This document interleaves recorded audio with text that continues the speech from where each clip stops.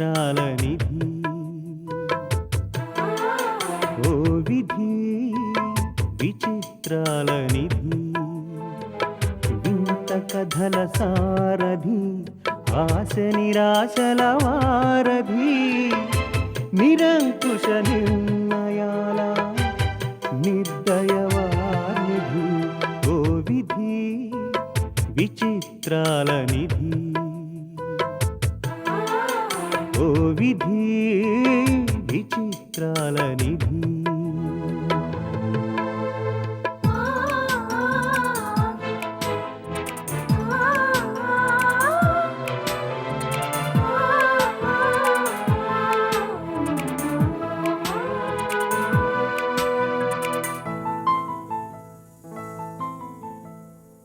అన్నీ ఉన్నాయనిపిస్తూనే అందకుండా చూస్తావు సంపదలెన్నో ఇచ్చి సంతోషం మాత్రం దాచేస్తావు కోరికలని ఉరి తీయాలని నీకెంతో ఉబలాటం ప్రాణాలతో చెలగాటం నీకు చేతివాటం ఓ విధి విచిత్రాల నిధి ఓ విధి విచిత్రాల నిధి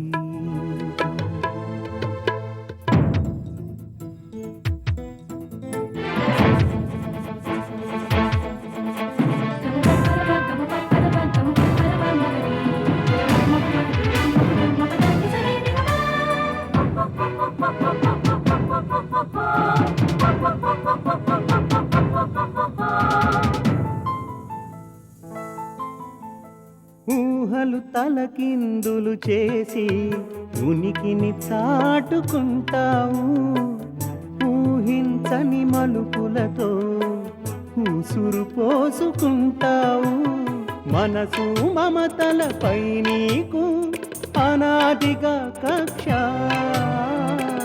నీ చేతిలో మనిషికి మనుగడే ఓ పరీక్ష ఓ విధి విచిత్రాల నిధి ఓ విధి విచిత్రాల నిధి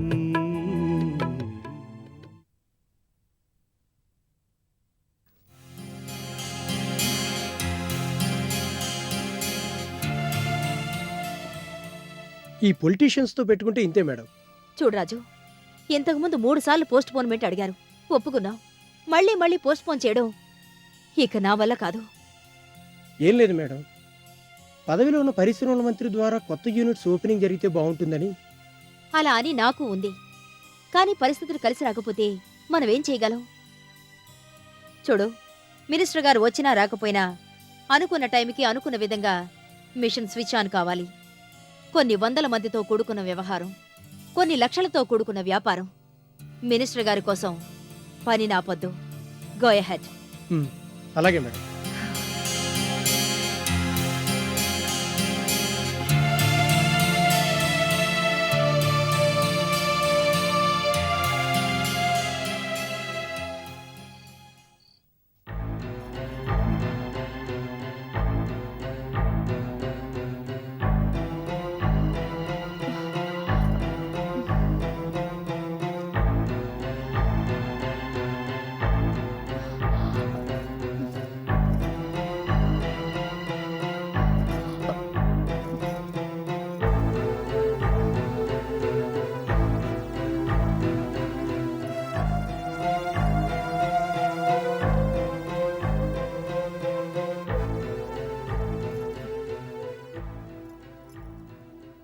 రోజీ, నిద్ర రావడం లేదా?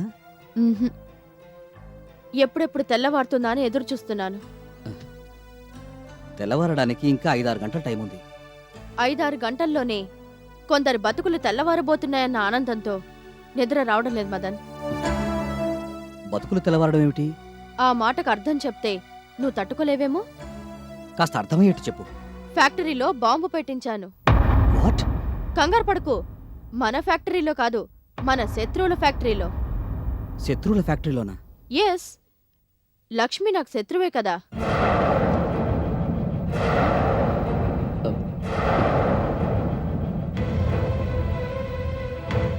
లేకపోతే నాకు పోటీగా బిజినెస్ చేస్తుందా?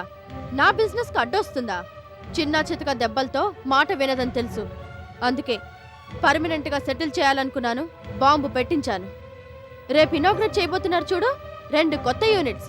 వాటిలో రేపు తెల్లవారేసరికి లక్ష్మి ఫ్యాక్టరీ మొత్తం భూస్థాపితం కాబోతున్నాయి. ఆ దృశ్యం కళ్ళారా చూడాలనుంది. ఇప్పటికిప్పుడు తెల్లవారితే ఎంత బావుణ్ణో.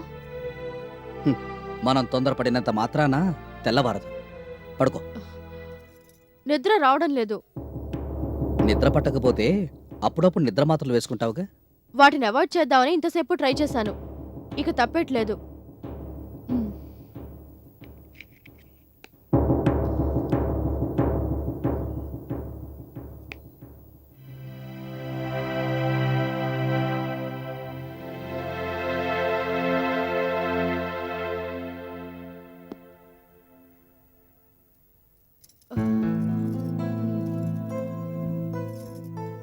పెందలాడే మెలకు వస్తే నిద్ర లేపుతావు కదా.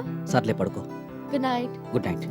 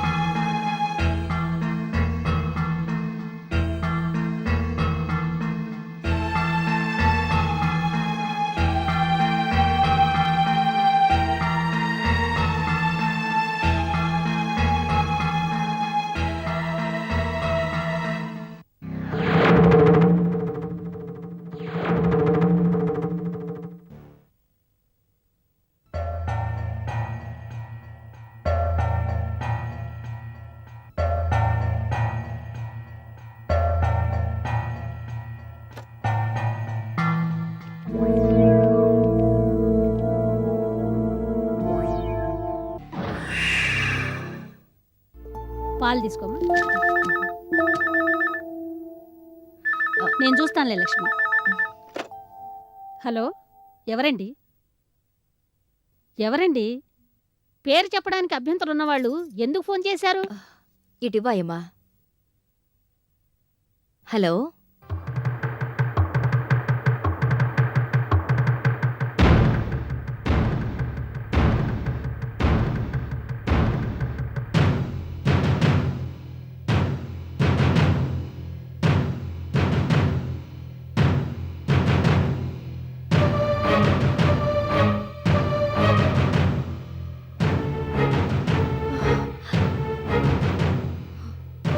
ఎవరమ్మా అతను?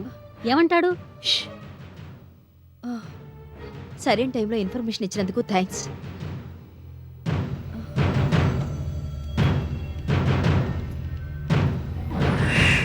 హలో సెక్యూరిటీ, నేను లక్ష్మీదేవిని మాట్లాడుతున్నాను. చెప్పేది జాగ్రత్తగా వినండి. మనం కొత్తగా స్టార్ట్ చేయబోతున్న యూనిట్స్ లో బాంబు పెట్టారట. వెంటనే అందరినీ అలర్ట్ చేయండి. పోలీసులకి ఇన్ఫార్మ్ చేయండి. Come on quick. ఏంటి, మన ఫ్యాక్టరీలో బాంబు పెట్టారా లక్ష్మి? అవునాయమ్మా.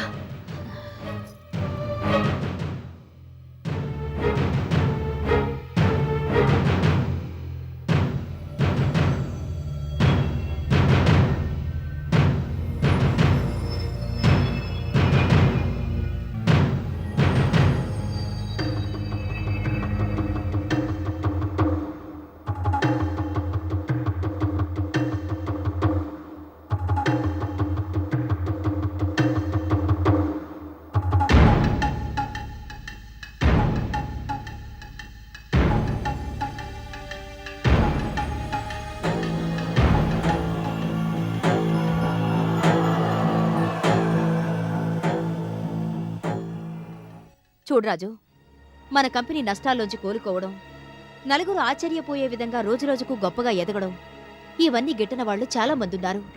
అందులో రోజీ కూడా ఒకరు. అవకాశం దొరికితే హదపాతాళానికి అణగదొక్కాలని చూస్తున్న మనిషి కాబట్టి బాంబు పెట్టించి ఉంటుందనడంలో సందేహం లేదు. నువ్వు త్వరగా బయలుదేరి ఫ్యాక్టరీకి వచ్చేయి. చూడు, అనుమానాలకి ఇది సమయం కాదు. ముందు అర్జెంటుగా బయలుదేరి ఫ్యాక్టరీకి వచ్చేయి. ఆయమ్మా, నేను ఫ్యాక్టరీకి వెళ్తున్నాను. చూడమ్మా లక్ష్మి, ఈ మధ్య సిటీలో ఇలాంటి బాంబు బెదిరింపులు సర్వసాధారణం అయిపోయాయి. నువ్వు అనవసరంగా కంగారు పడకు. నేను కంగారు పడ్డం కాదాయమ్మా, అవతల ఫ్యాక్టరీలో బాంబు పెట్టారే అనుకుందాం. ఈ పాటికి పోలీసులు వెళ్ళుంటారు, సెక్యూరిటీ వాళ్ళు ఉన్నారు. ఇంకాసేపట్లో మన రాజు వాళ్ళందరూ అక్కడ చేరుకుంటారు. ఎన్నో విషయాల్లో ఎంతో ధైర్యంగా ఉండే నువ్వు ఎవడో ఆకతాయి చేసిన ఫోనుకు భయపడి ఫోన్ చేసింది ఆకతాయి కాదు, మదనబాబు. ఆ? బాంబు పెట్టించిన ఆ మహాతల్లి రోజీకి స్వయాన భర్త. ఎప్పుడైనా నమ్ముతావా ఇది కేవలం బెదిరింపు కాదు, నిజమని?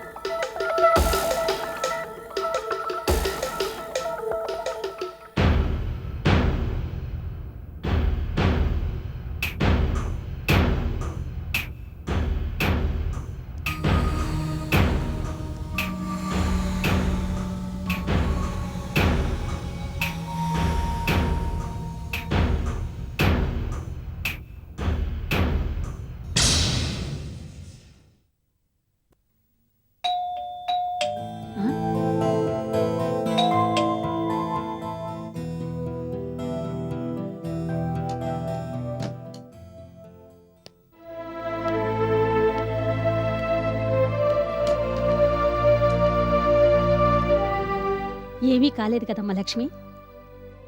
ఆఖరికి నీ అనుమానమే నిజమైందాయమ్మా. ఫ్యాక్టరీలో బాంబు లేదు, పాడు లేదు. మదన్ బాబు అలా ఎందుకు ఫోన్ చేశాడు? అదే నాకు అర్థం కావడం లేదు. ఆ మధ్య తనోసారి ఫోన్ చేసి పెద్ద ఆపద నుండి ఫ్యాక్టరీని రక్షించాడు. ఈసారి కూడా తను చెప్పింది నిజమే అయి నమ్మకంతో ముందు వెనుక ఆలోచించకుండా అందర్నీ అలర్ట్ చేశాను. అతన్నించి నేను నేర్చుకున్న మరో కొత్త పాఠం ఇది. ఇప్పటికే చాలా పొద్దుపోయింది. మళ్ళీ రేపు పొద్దుటే లేవాలి. వెళ్ళి పడుకో అమ్మా. నిద్ర రావడం లేదాయా?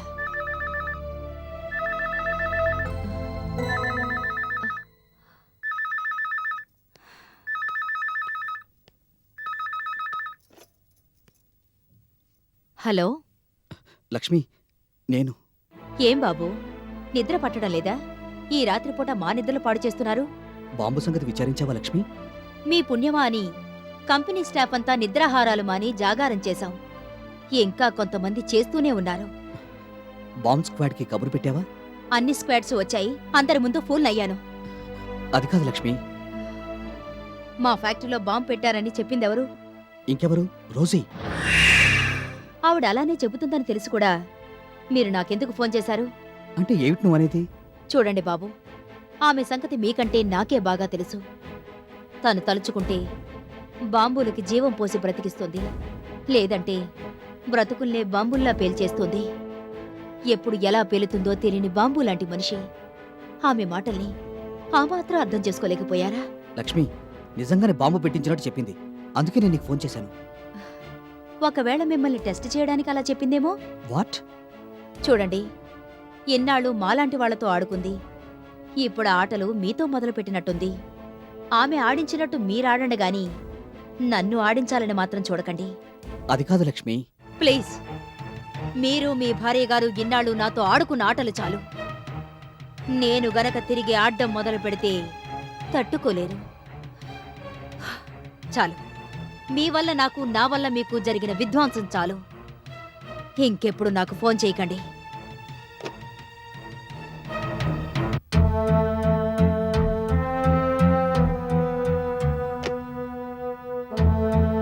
ఆమె సంగతి మీకంటే నాకే బాగా తెలుసు. తను తలుచుకుంటే బాంబులకి జీవం పోసి బ్రతికిస్తుంది, లేదంటే బ్రతుకుల్నే బాంబుల్లా పేల్చేస్తుంది. ఎప్పుడు ఎలా పేలుతుందో తెలియని బాంబు లాంటి మనిషి. ఆమె మాటల్ని ఆ మాత్రం అర్థం చేసుకోలేకపోయారా?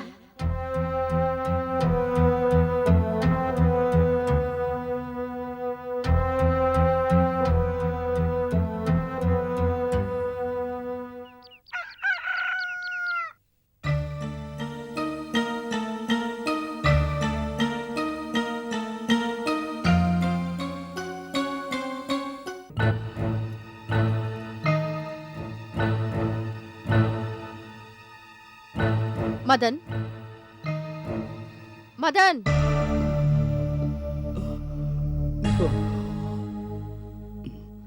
ఇక్కడున్నావేంటి? నీకు తెలుసా రోజీ, లక్ష్మి వాళ్ళ ఫ్యాక్టరీలో బాంబు పెట్టలేదట.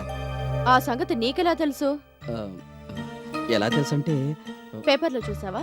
ఆ, అవును. న్యూస్ పేపర్ ఇంకా రాలేదే, ఎలా చూసావ్?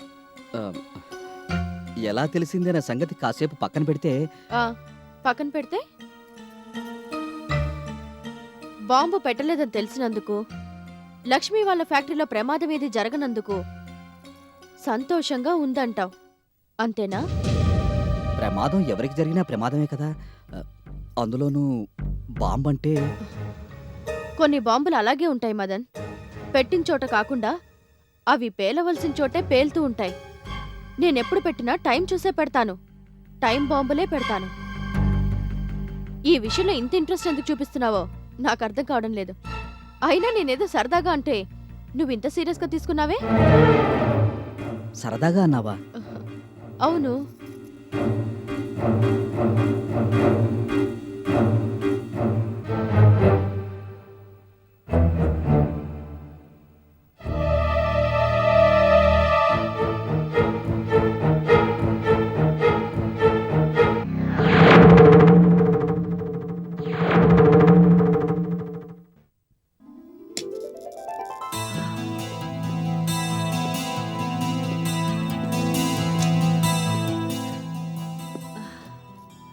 ఇప్పుడు చెప్పండి రంగనాథం గారు, ఎలా ఫీల్ అవుతున్నారు? కల్లోంచి తేరుకుని వాస్తవంలోకి రావడానికి నాకు కొంత టైం కావాలి మేడం.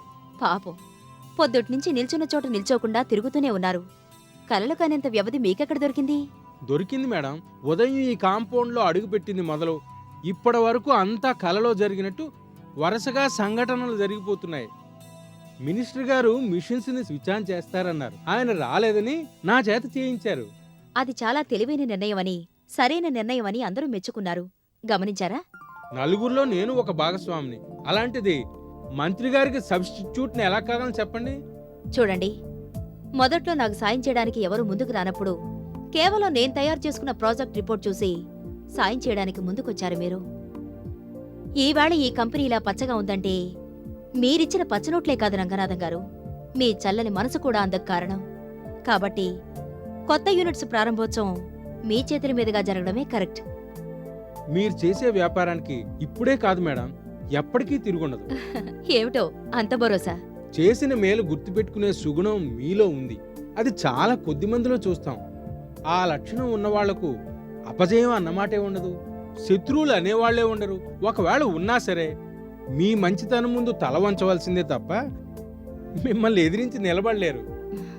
ఏదో మీ అభిమానం కొద్దీ అలా మాట్లాడుతున్నారు. లేదు మేడం, అనుభవం కొద్దీ చెప్తున్నాను. పునాదిని మర్చిపోని వాళ్లే ఆకాశాన్ని అందుకోగలరు. మీ ఆశీస్సులు నిజమైతే ఆ విజయోత్సాహంలో మీరు భాగస్వాములవుతారు. ఎనీవే, నా ఆహ్వానాన్ని మన్నించి ఈ కంపెనీలో భాగస్వామిగా చేరినందుకు, కొత్త యూనిట్స్ ప్రారంభానికి సహకరించినందుకు మీకు నా ప్రత్యేక కృతజ్ఞతలు. అయ్యయ్యో, ఎంత మాట మేడం. ఈ భాగస్వామ్యం ఇలాగే కలకాలం కొనసాగాలని నా కోరిక.